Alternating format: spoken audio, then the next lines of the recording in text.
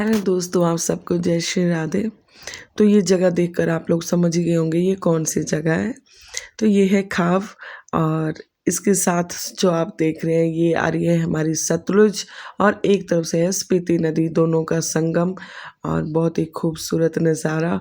और मेरे को ये जगह ना बहुत बहुत ही ज़्यादा अच्छी लगती है। जब भी मैं यहाँ आती हूँ मन तो करता है मेरा रुकने का। बहुत बार आती बार मैं यहाँ पे थोड़ी देर के लिए ना रुकी भी थी, लेकिन इसके साथ जो पहाड़ है ना, ऐसा लगता है कि पता नहीं कब जैसे क्या हो जाएगा। इस संगम पे ना एक्चुअली जो आप देख रहे हैं इसके साथ में ही एक नीचे को एक कैफ़े बना हुआ है। तो अक्सर लोग यहाँ पे रुकते हैं, थोड़ी देर के लिए फ़ोटो वगैरह क्लिक करते हैं, यादें ले जाते हैं अपने साथ। लेकिन पहाड़ी ऐसी है ना यार कि मतलब देख के डर लग जाता है। जैसे आप लोग देख रहे हो इस टाइम आगे हमारे गाड़ी जा रही है, एक ट्रक ट्रक जा रहा है छोटा, और पहाड़ पत्थर कैसे दिख रहे हैं ना कि कभी भी नीचे आ जाएंगे। क्योंकि यहाँ पे ना जंगली हिरन, जंगली बकरे, मतलब लोग यहाँ के उसको बोलते हैं, मैं भी हिरन समझ रही थी लेकिन वो जंगली बकरे होते हैं। तो वो मतलब यहाँ पे ऊपर घूमे होते हैं, तो उनका कोई पता नहीं लगता वो कब पत्थर फेंक दे नीचे।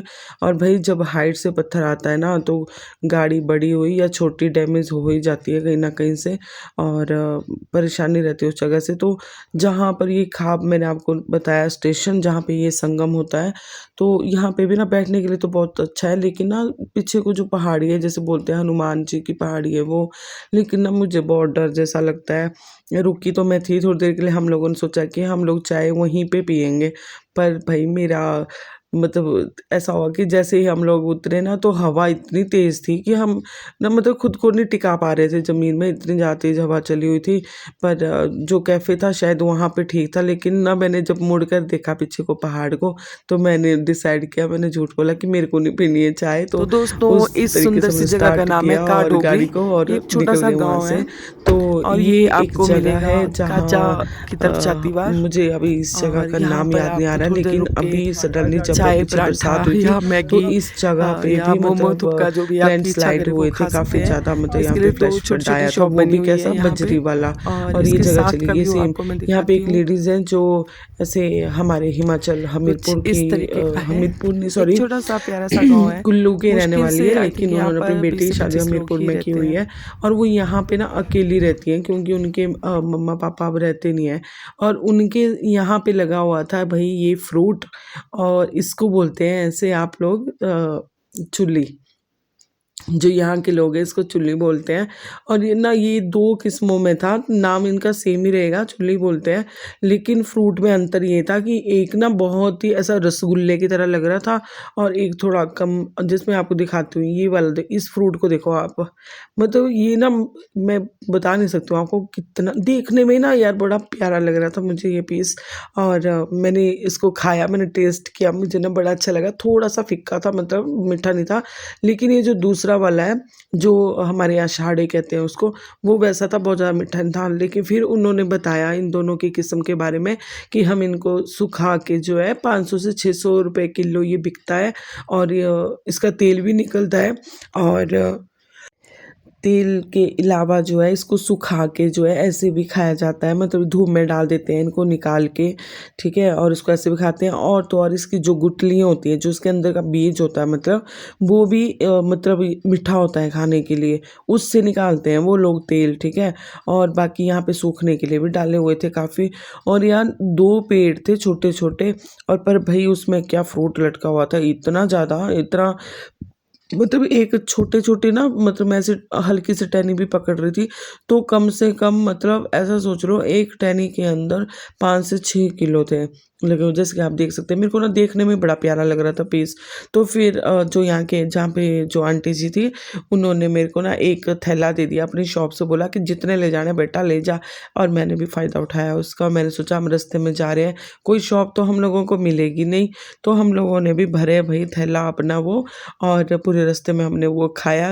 और वो चलाया था हमने 2 दिन, और उसकी गुठली हमने संभाल के रखी। फिर हमें पता चला कि यार इसका तेल भी निकलता है और इतने सारे इसके फ़ायदे हैं। तो हम लोग आज जा रहे थे शिव किला, और शिव किला काफ़ी दूर था, तो रास्ते में भी हमें भूख लगी और हम लोगों ने ये टोकन लिए। ये टोकन हमारे को दिए गए शिव किला जाने के लिए। तो शिव किला के टूर के बाद जो है हम लोग ठहरे थे यहाँ पे।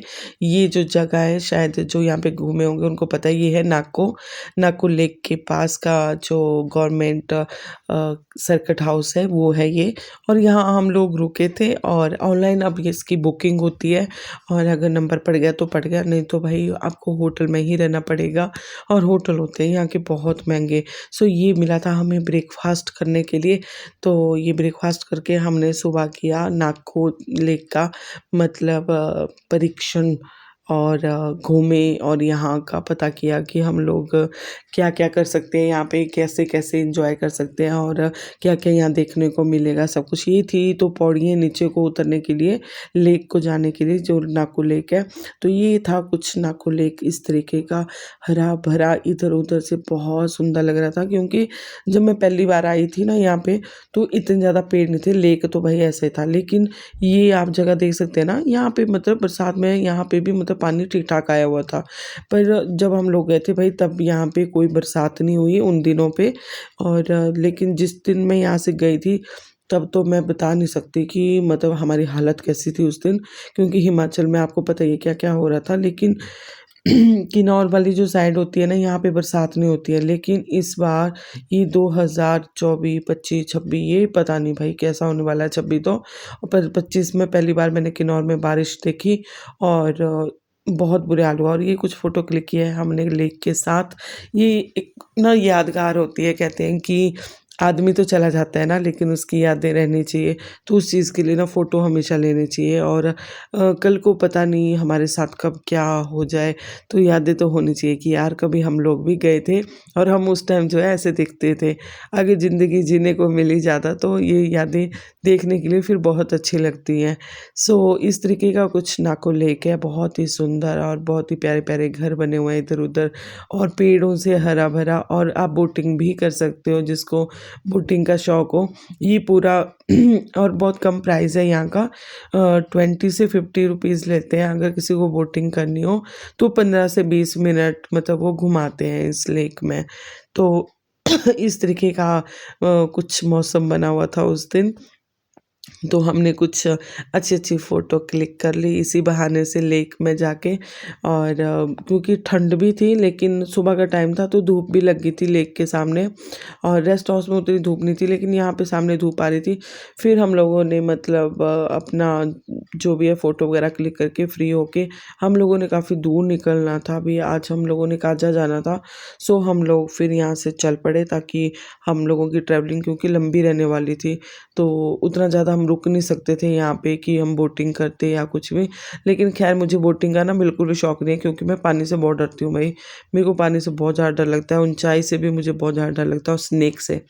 मैं इन 3 चीज़ों से लाइफ़ में बहुत डरती हूँ। ख़ैर लेकिन जब कहते हैं कि जब इन चीज़ों से पाला पड़ जाता है तो आदमी उस टाइम इन चीज़ों से भी लड़ता है। लेकिन भई मैं नहीं चाहती कि भगवान करे मेरे साथ ऐसा कभी कुछ हो। लेकिन मुझे अभी फ़िलहाल तो इन चीज़ों से डर लगता है और इस तरीके की कुछ पौड़ियाँ रहती थी ऊपर को चढ़ने के लिए और ये साइड में एक मतलब बनाए हुए थे लोगो वगैरह और ये खाजा की तरफ को जा रहे थे हम लोग। तो ये हसीन वादियाँ ना आपको यहीं पे मिलेंगी देखने के लिए भई। मैं बोलती हूँ कि आप लोग बाहर जाते हो घूमने के लिए यार, क्या जाते हो बाहर घूमने के लिए? एक बार अपना हिमाचल तो घूम लो। आप लोग बोलोगे कि स्वर्ग तो यहीं है, कहाँ घूम रहे हो आप लोग? हम लोग कितने दूर-दूर चले जाते हैं ना घूमने के लिए।